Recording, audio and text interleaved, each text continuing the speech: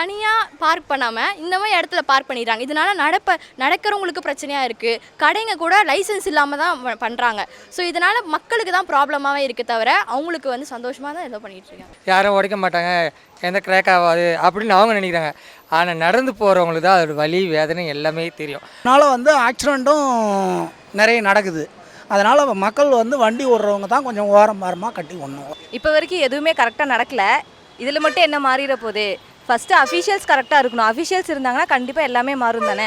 அவங்க கரெக்டாக இருந்து பார்க்கிங் இங்கே கொடுக்கணும், பார்க்கிங் வேணாம் அப்படின்னு அவங்க இருந்து பண்ணாங்கன்னா கண்டிப்பாகவே இது மாறதான் செய்யும். ஆக்சிடென்ட்டும் கம்மி தானே ஆகும். டு ஃப்ராங்காக சொல்லணும்னா நம்ம இதுவும் சரியில்லை, நம்ம சிஸ்டம் சரியில்லை. அது சிஸ்டமால் தான் ஃபால்ட் சொல்ல முடியும். நம்ம பார்க்கிங்க்குன்னு ஒழுங்காக ஒரு பிளேஸ் கொடுத்துருந்தா அவங்க எங்கெல்லாம் பார்க் பண்ண போகிறாங்க. இந்த கேள்வி இங்கே சாதாரணமாக கேட்டிங்க. உண்மை என்னென்னா காசு வாங்குறதும் தப்பு, அது அனுமதி கொடுக்குறதும் தப்பு. நான் காசு கொடுத்துட்டேன்றதுக்காக என்ன வேணாலும் பண்ணலாம்.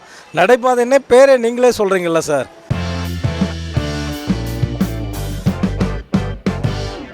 வணக்கம் ஜெம் டிவி நேயர்களே, நான் உங்கள் விஜே ஆரோன். நடைபாதை நடப்பதற்கு அதோட பாகம் 3வது பாகத்துக்கு நம்ம வந்திருக்கோம். இது மாதிரி வெவ்வேறு இடங்கள் நம்ம கேட்டு வந்துட்டுருக்கோம். இந்த நேரத்தில் வந்து இன்றைக்கும் மக்களோட கருத்து என்னன்றதை இதை பற்றி நான் கேட்க வந்திருக்கோம். கேள்வி என்னென்னா வந்து நடைபாதை நடப்பதற்கு இது மேலே வந்து நம்ம வண்டி ஓட்டிகிட்டு போகிறது, வண்டியை நிறுத்தி வைக்கிறது, பஸ் ஸ்டாண்டுக்குள்ளேயே வண்டி வருது, நோ பார்க்கிங்கில் வண்டி வருது. இதனால் வந்து நடந்து போகிறவங்களுக்கு எந்த அளவுக்கு கஷ்டமாக இருக்குன்னோ அது மட்டும் இல்லாமல் நடந்து போகிற இடங்களில் வந்து லைசன்ஸ் இல்லாத கடைகள்லாம் வைக்கிறதுனால வந்து மக்கள் எந்த அளவுக்கு அவஸ்தைப்படுறாங்கன்றத மக்கள்கிட்டே கேட்டு தெரிஞ்சுக்கலாம் வாங்க. இப்போ வந்து ஒரு கேள்வி என்னன்னா வந்து நடைபாதை இருக்குல்ல, ஆமாம் சார், நடைபாதை மேலே வண்டி விட்டுட்டு போகிறது, லைசன்ஸ் இல்லாமல் கடை வைக்கிறது நிறைய பண்ணுறாங்க. நடந்து போகிறவங்களுக்கு ரொம்ப கஷ்டமாக இருக்குது. சரி, உங்கள் கருத்து என்ன? இது 100% தவறு. இதில் தவறு அதை சரி பண்ணுறதுக்கு இந்த அரசாங்கம் கட்டாயம் முயற்சி எடுக்கணும். முயற்சி எடுத்தால் பொதுமக்கள் ரொம்ப சந்தோஷப்படுவோம். இது 100% தவறுன்றதை மறுபடியும் நான் சொல்ல விரும்புகிறேன். சரி, முன்னாடி இருந்த அரசுமே இந்த மாதிரி கடலை போடலாம் அலோவ் பண்ணிட்டு இருந்தாங்க. இப்போ ஏன் இந்த அரசு மட்டும் சொல்கிறீங்க? இது இந்த அரசு அந்த அரசுன்னெலாம் சொல்ல சார். 100%. அதாவது நடைபாதையில் மக்கள் நடக்கிறதுக்கு மட்டும்தான் நடைபாதையை கண்டி கடை வைக்கிறதுக்கோ இல்லை வேறு எந்த ஒரு படுத்து உறங்கிறதுக்கு கூட சரி அதுக்கு அனுமதிக்கிறது எந்த அரசாக இருந்தாலும் 100% தவறு.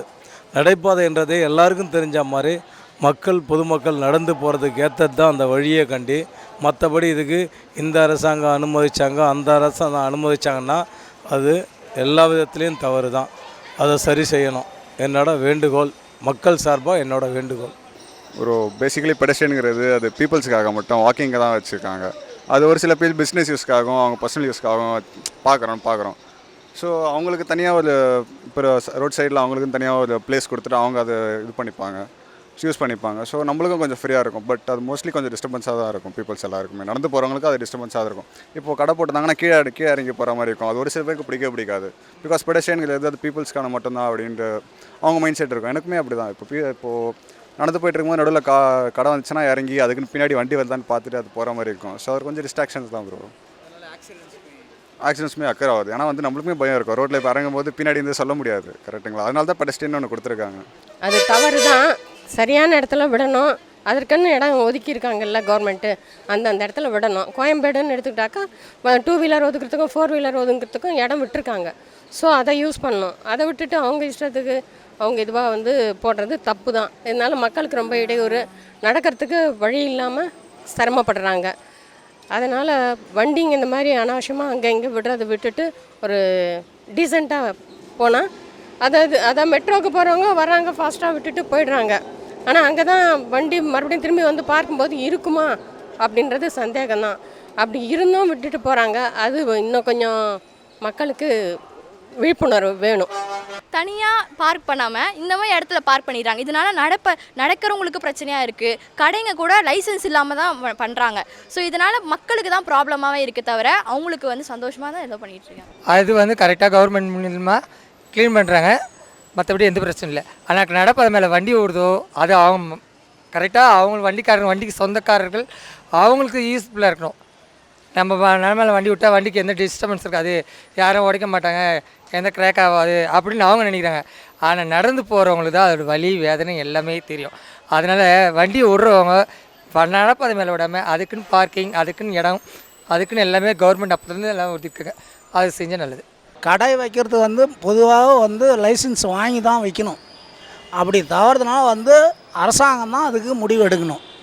இந்த வண்டி வந்து பாதையில் விடுறது மக்கள் நடமாட்டம் இல்லாமல் இடத்துல ஒரு ஓரமாக விட்டால் பரவாயில்ல, மக்களை டிஸ்டர்ப் பண்ணுற மாதிரி விட்றாங்க. அது கொஞ்சம் ஓரம் கட்டி விட்டால் எல்லாம் போகிற வர மக்களுக்கு வந்து யூஸ்ஃபுல்லாக இருக்கும். ஆமாம், இதனால் வந்து ஆக்சிடெண்ட்டும் நிறைய நடக்குது. அதனால் மக்கள் வந்து வண்டி விடுறவங்க தான் கொஞ்சம் ஓரமாக கட்டி விடணும். பிளாட்ஃபார்ம்ஸ் வந்துட்டு ஃபஸ்ட்டு க்ளீனாக இருக்கணும். அப்போ தான் வந்துட்டு காமன் பீப்புள்ஸ்க்கு வந்துட்டு நடக்கிறதுக்கு தோணும். அதை நம்ம யூஸ் பண்ணாமல் விடும்போது தான் அதை வந்துட்டு வெஹிக்கிள்ஸ்க்கு யூஸ் பண்ணுவாங்கன்னு எனக்கு தோணுது. நெக்ஸ்ட்டு பார்க்கிங்க்கு பார்த்திங்கன்னா ஒன்று மெயின் ஏரியாவில் ஒரு ஃப்ரீ பார்க்கிங் ஏரியா வேணும்.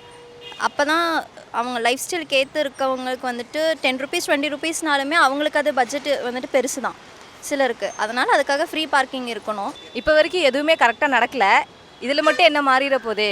ஃபஸ்ட்டு அஃபிஷியல்ஸ் கரெக்டாக இருக்கணும். அஃபிஷியல்ஸ் இருந்தாங்கன்னா கண்டிப்பாக எல்லாமே மாறும் தானே.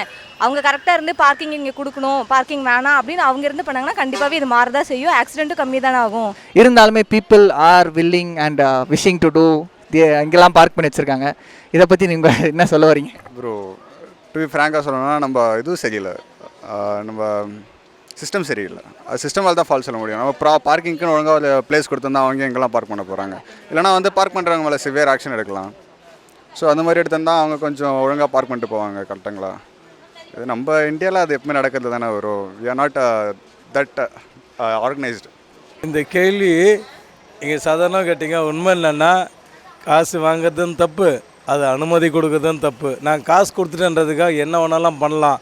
நடைபாதைன்னே பேரே நீங்களே சொல்கிறீங்களா சார்? வேறு எதுனா சொன்னால் பரவாயில்ல, நடைபாதைன்னு நீங்களே சொல்கிறீங்க.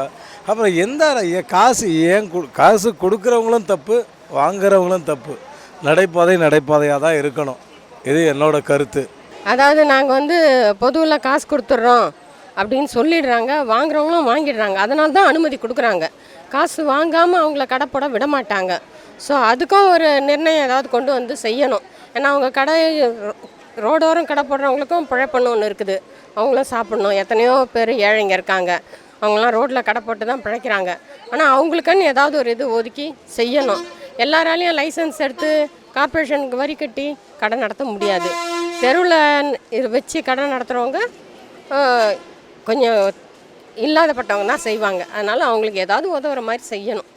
டிவிக்கே வந்து நல்ல ஆக்ஷன் எடுத்தால் நல்லா தான் இருக்கும்.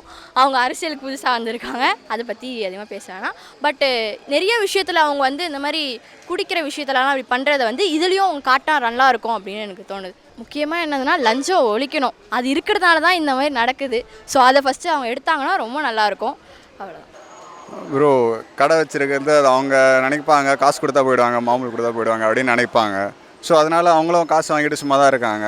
நம்ம சொல்ல வேண்டியது தான், போலீஸ் இப்போ வந்து வார்ன் பண்ணிட்டு விடுற மாதிரி தான் கடை வைக்கக்கூடாதுன்னு சொல்லுவாங்க. ஸோ அதே மாதிரி அவங்க வந்து சரின்னு சொல்லிட்டு மறுபடியும் போய் கடை வைக்க தான் போகிறாங்க. இது நடந்துகிட்டே தான் இருக்கும். அட்லீஸ்ட் காசு வாங்குறதுக்கு நடந்துகிட்டு தான் இருக்கும். இதை பிரேக் பண்ணுறதுக்கு என்ன பண்ணலாம் அப்படின்னு ஒரு ஐடியா கொடுங்க. சீல் வச்சிடலாம், அவ்வளோதான் ப்ரோ. சீல் வச்சா இல்லைனா வந்து இது பண்ணி ஆகணும், எடுத்தே ஆகணும் அப்படின்னு சொல்லி தான். போலீஸ் கொஞ்சம் ஸ்ட்ரிக்டாக இருந்தால் கண்டிப்பாக இதெல்லாம் எடுத்துடலாம். ஐயா, நாங்கள் வந்து குடும்பத்தொழிலாம் காய்கறி வியாபாரம் தான், மார்க்கெட்டு ஐநாவரம் மார்க்கெட்டில் காய்கறி வியாபாரம் பண்ணுறதா. சரிங்களா? அதே தான் நீங்கள் சொன்னீங்க பார்த்தீங்களா, கவர்மெண்ட்டில் கார்ப்பரேஷனில் வந்து இது நடந்துதான் இருக்குது. அவங்களும் ஒரு பக்கம் வாங்கிடுறாங்க. வாங்கிட்டு என்ன சொல்லிடுறாங்கன்னா, இல்லை அவங்கள அகற்ற கடையை எடுக்க சொல்லிட்டோம். அது மாமூலும் வாங்கிடுறாங்க, இதுவும் பண்ணிடுறாங்க. அவங்களுக்கு தேவை ஒரு நல்ல பேர் கவர்மெண்ட் மூலமா. இந்த பக்கம் எங்ககிட்ட ஒரு வருமானம். இதுதான் அவங்க பண்ணுறது. சென்னை மாநகராட்சி மேலே தப்பு. ஏன்னா முதல்ல இருந்த ஆட்சி மோசம், இப்போ இருக்கிற ஆட்சி தான் பெஸ்ட்டு. தமிழக வெற்றி கழகம் ரொம்ப ரொம்ப நல்லது. கருத்து என்னான்னு கேட்டால், இது சரியான ஆய்வு முறை பண்ணி கவர்மெண்ட்டு தான் இது சரியாக நடவடிக்கை எடுக்கணும். இது கவர்மெண்ட்டு எடுக்க வேண்டிய முடிவு. இது கவர்மெண்ட்டு தான் எடுக்கணும். லைசன்ஸ் இல்லைங்கிறது ஒரு ரெகுலரான செக் பண்ணிக்கணும் அப்படின்னு சொல்லி நினைக்கிறேன். அஃபிஷியல்ஸ் வந்துட்டு அதை செக் பண்ணிக்கணும்னு நினைக்கிறேன். அஃபிஷியல்ஸ் கரெக்டாக இருந்தால் நம்ம கடை வைக்கிறவங்களும் அதுக்கேற்ற நியாயமான இது செய்வாங்கன்னு நான் நினைக்கிறேன். ஃபஸ்ட்டு அவங்க வந்து லைசன்ஸ்க்கு கேட்டிருக்கலாம். அப்படி இல்லை அப்படின்னா மேபி கார்ப்பரேஷன்லேருந்து ஏதாவது ஒரு அப்படி பண்ணியிருக்கலாம். எதுவுமே இல்லாதவங்கப்போ யாரையுமே இதில் குற்றம் சொல்ல முடியாதுல்ல. முதல்ல ஒரு அஃபிஷியல் இருந்து கரெக்டாக இதுக்கு பண்ணாங்கன்னா கரெக்டாக இருக்கும்னு எனக்கு தோணுது. 2 பேர் 2 விதமாக ஒன்று சொல்கிறாங்க. இதை பற்றி நீங்கள் என்ன சொல்லுங்கள்? 2 பேருக்கிட்டையுமே ஒட்டுக்கா வச்சு கேட்டால் தெரியும்ல. இப்போது கார்ப்பரேஷன் இருக்கவங்க 2 பேரையும் வச்சு கேட்கும்போது யார் சொல்கிறாங்க யார் சொல்லன்றது தெரியல. அப்படி வச்சு கூட கேட்டுக்கலாம். இதெல்லாம் வந்து யார் சரி பண்ணணும் அப்படின்ற மாதிரி ஒரு கரெக்டாக அந்த ஏரியாவில் இருக்கிற அஃபீஷியல்ஸ் யாராவது இதுக்கு ஸ்டெப் எடுக்கலாம், இல்லைன்னா கார்ப்பரேஷன்லேருந்து வேறு யாராவது முன்னுக்கு வந்து நாங்கள் இதுக்கு ஸ்டெப் எடுக்கிறோம் அப்படின்னு சொல்லலாம். அந்த மாதிரி யாராவது ஒருத்தவங்க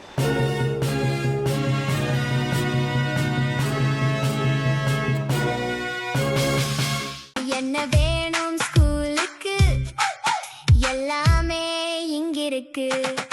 சூப்பர் சரவணா ஸ்டோர்ஸ், சென்னை, மதுரை, கோவை.